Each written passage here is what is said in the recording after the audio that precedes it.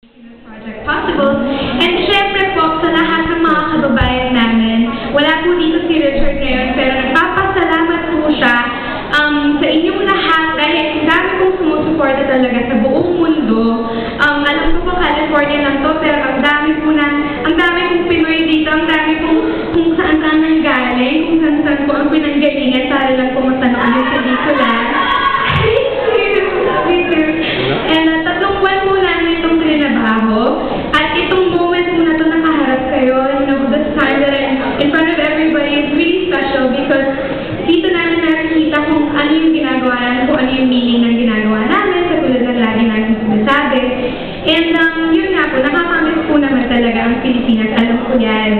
So kung ito nakapagbigay ng konting katuwaan, kasiyahan sa inyo, konting ligaya. Nako, grabe po, napakalaking